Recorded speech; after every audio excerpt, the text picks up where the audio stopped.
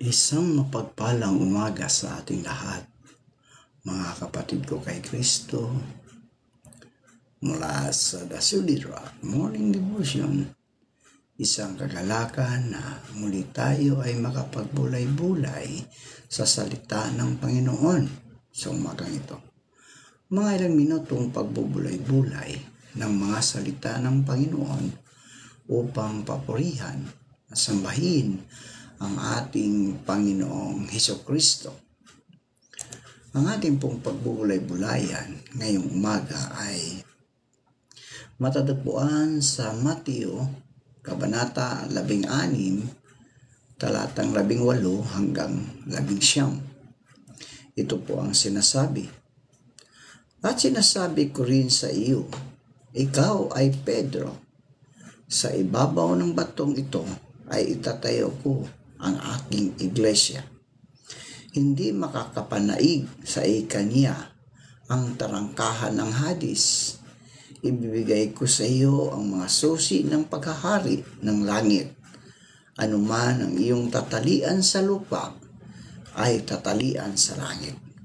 Anuman ang iyong kalagan sa lupa ay kakalagan sa langit. Pinagpala na po tayo sa pagkabasa at pagkarinig ng kanyang mga salita. Tayo po ay manalangin. Ama, at mapagpala naming Diyos, narito ang iyong mga anak upang ikaw ay sambahin sa espiritu at sa katotohanan. Sa isang magandang umaga na iyong ibinigay sa amin. Maraming salamat, Panginoon, sa muli mong paggising sa amin. At muli mo kami binigyan ng buhay at lakas upang kami ay patuloy na humarap sa hamon ng buhay dito sa mundong aming ginagalawan. Dalangin namin na pagpalain mo ang mga anak mo na patuloy na sumusunod sa iyo na may pasasalamat. Dalangin namin na ingatan mo ang aming mga mahal sa buhay, ang aming mga anak, asawa, at mga kapamilya, kaibigan sa lahat ng kanilang mga gawain sa buhay. Amin ding ipanaabot sa iyo, O Diyos, ang aming mga kaibigan na nasa banig ng karamdaman. Patuloy mo silang abutin, O Diyos, at magalingin upang sila, O Diyos, ay manumbalik ang kanyang mga lakas na nawala dahil sa karamdaman. Amin din inilalapit sa iyo, Diyos, ang mga kaibigan namin na nawawala ng mahal sa buhay dahil ito po'y umuwi na sa iyong tahanan. Aliwin mo po sila, O Diyos, sa kalungkutan na kanilang naranasan at upang ikaw, O Diyos, ang kanilang papurihan dahil ang buhay namin dito sa mundo ay pansamantala lamang dahil ang aming tunay na tahanan, ang tahanan mo doon sa langit, Panginoon. Amin din pinasasalamatan, Panginoon, ang unang araw ng annual session ng iyong iglesia, ng inyong conference, ng United Church of Christ dito sa Anabo. Salamat, Panginoon, na matagumpay ang aming annual session sa pangunguna ng aming chairperson na si Dr. Alinda. Ingatan mo po si Dr. Alinda sa kanyang pangunguna hanggang sa Sabado, Panginoon, ang aming annual session. Gayon din po ang mga delegates, pagpalain mo po sila, ingatan mo sila, Panginoon, sa lahat ng oras, Panginoon. Lord, maraming salamat sa lahat ng mga pagpapalang ipinagkaloob mo sa bawat isa sa amin. Salamat sa kalakasan at pag-iingat na iyong ibinigay, Panginoon. Sa umagang ito, patuloy ko rin tinataas sa inyo ang aming mga kaibigan na magsisipasok sa kanilang mga trabaho. Ingatan niyo po sila, O Diyos, na makarating ng maluwalhati sa kanilang trabaho, Panginoon. At ilayo mo po sila sa anumang kapahamakan. Maraming salamat po, Diyos, sa pangalan ni Jesus na aming tagapagligtas. Amen. Ano ang bato na tinutukoy sa Biblia. Iyon po ang ating pamagat ng ating pagbubulay-bulayan ngayong umaga. Isang debate ang nabuo kung ang bato kung saan itatayo si Kristo ang kanyang iglesia pa ay si Pedro o ang pahayag ni Pedro na si Jesus ay ang Kristo, ang anak ng Diyos na buhay. Sa totoo lang, walang paraan upang ating tiyak na masiguro kung aling pananaw ang tama. Ang pagkakabuo sa gramatiko ng mga salita sa talatang ito ay nagpapahintulot sa parihong pananaw.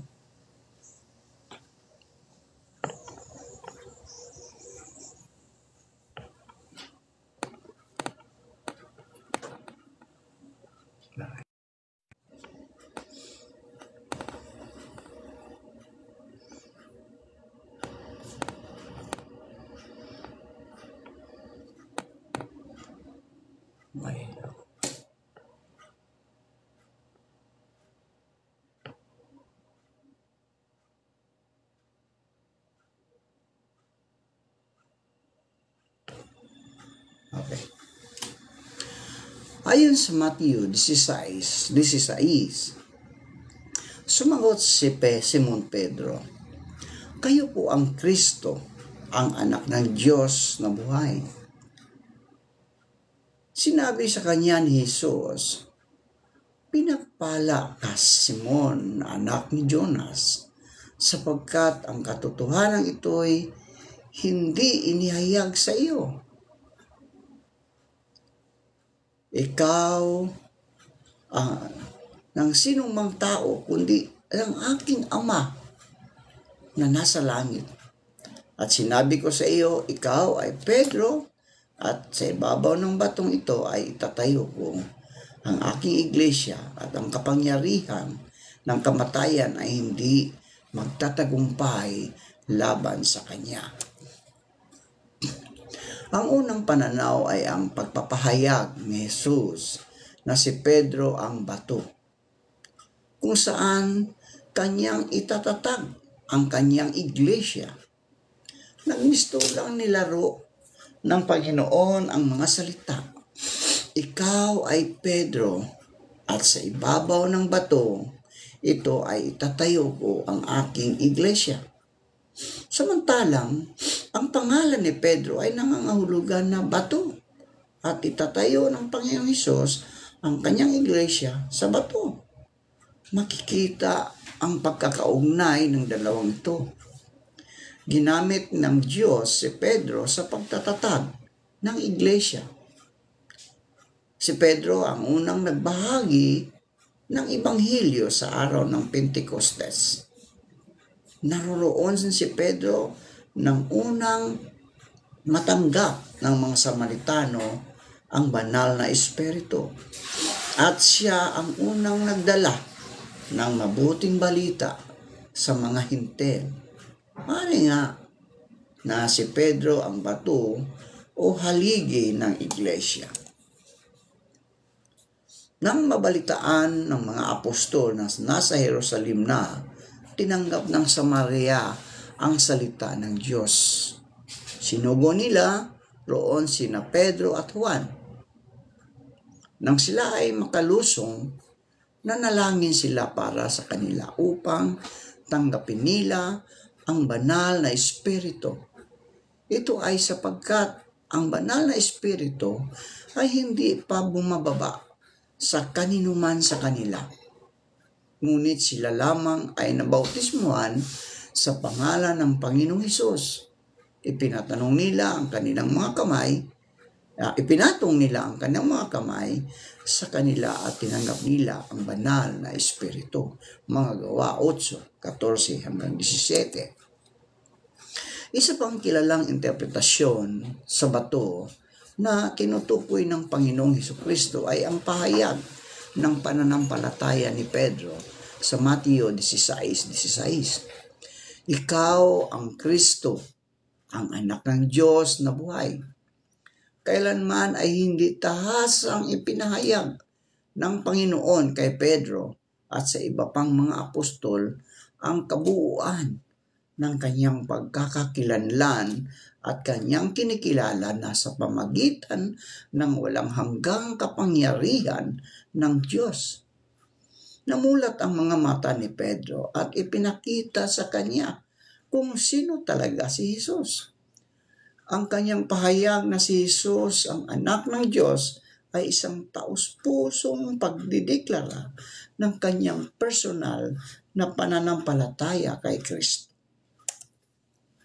Ang personal na pananampalataya ito kay Kristo, mga kaibigan, ang tunay na marka ng pagiging Kristiyano. No? Lahat ng mga naglagak ng kanilang pananampalataya kay Kristo, tulad ng ginawa ni Pedro, ay ang iglesia. Sinabi ni Pedro sa unang Pedro 2, talatang 4 hanggang 5, na kayo'y magsilapit sa kanya na isang batong buhay na sa katotohanan ay itinakwil ng mga tao. Datapwat sa Diyos ay hirang. Mahalaga kayo rin naman na gaya ng mga batong buhay ay natatayong bahay na ukol sa Espiritu upang maging pagkakaserdoting banal upang maghandog ng mga hain na ukol sa Espiritu na kalulugod sa Diyos sa pamagitan ni Jesucristo. Siya ang batong buhay na itinakwil ng mga tao pero pinili ng Diyos at mahalaga sa paningin niya. At habang lumalapit kayo sa Kanya, kayo na tulad din ng batong buhay ay itinayo ng Diyos bilang isang gusaling espiritual. Matapos ang pahayag ni Apostol Pedro, mga kaibigan, sinabi ng Panginoong Hesus na inihayag na sa Kanya ng Diyos ang katotohanan. Ang salitang Pedro na nangangahulugang maliit na bato ay ginamit ni Hesus na kaugnay ng salitang Petra na ang ibig sabihin ay pundasyong bato. No? Pundasyong bato. So ang parehong salita ay ginamit sa Mateo 7, talatang 24 at 25 nang inilarawan ng Panginoong Hesus ang bato na ginamit ng taong matalino sa pagtatayo ng kanyang bahay. Maging si Pedro ay ginamit ang kalintulad na paglalarawan sa kanyang sulat. Ang iglesia ay itinayo sa mga Petros o batong buhay na kasama ng pahayag ni Pedro na si Jesucristo ang anak ng Diyos na buhay. Ang mga kapahayagang ito ng pananampalataya ang saligan ng iglesia. Bukod dito, mga kaibigan, malinaw na isinasaad sa bagong tipan na si Kristo ang haligi ng iglesia. Mali na isipin na ibinigay ni Jesus ang karapatang ito kay Pedro. Kung isipin, lahat ng mga apostol ay may malaking bahaging ginampanan sa pagkakatatag ng iglesia. Ayon sa Efeso 2:20. Ngunit ang pinagmulan ay ang Panginoong Hesus. Diba, mga kaibigan ko? Tinawag si Hesus na Pangulong Batong Panulok. Pangulong Batong Panulok. Kung si Kristo ang batong panulok, paano si Pedro magiging bato kung saan itatayo ang iglesia? Kung gayon, mga kaibigan, ang tamang interpretasyon sa mga salita ng Panginoong Hesus sa Matthew 16:17 ay masasabing isang simpleng paglalaro ng mga salita sa mas mababaw na asalin. Pedro, ikaw ay tinatawag na maliit na bato. ngunit mula sa iyong bibig ay lumabas ang malaking bato ng katotohanan tungkol sa akin na siyang magiging saligan ng iglesia. So, isang argumento ng simbahang Romano Katoliko na si Pedro di umano ang bato na tinutukoy ni Jesus at kanila itong ginagamit bilang patunay na sila ang tunay na iglesia. Subalit ayon sa ating nakita, mga kaibigan, ang pananaw na si Pedro ang bato ay hindi isang interpretasyon sa mga talata. Kahit pa si Pedro ang bato sa Mateo 16:18, hindi ito magbibigay sa simbahang Romano o Katoliko ng kahit anong otoridad. Hindi itinala saan man sa Biblia na si Pedro ay pumunta sa Roma. Wala saan man sa Biblia na naglarawan kay Pedro na nagtataglay ng mas mataas na kapangyarihan kaysa ibang apostol o bilang pinuno ng unang iglesia. Hindi si Pedro ang unang papa. Ang pinagmulan ng simbahang Katoliko ay hindi batay sa mga katuruan ni Pedro o ng sinuman sa mga apostol, kundi kay Hesukristo, mga kaibigan, kundi kay Hesukristo na siyang ulo at tagapagtatag ng iglesia, hindi si Pedro. So mga kaibigan, ang ating ulo ng ating iglesia ay si Hesukristo. Siya ang batong panulukan.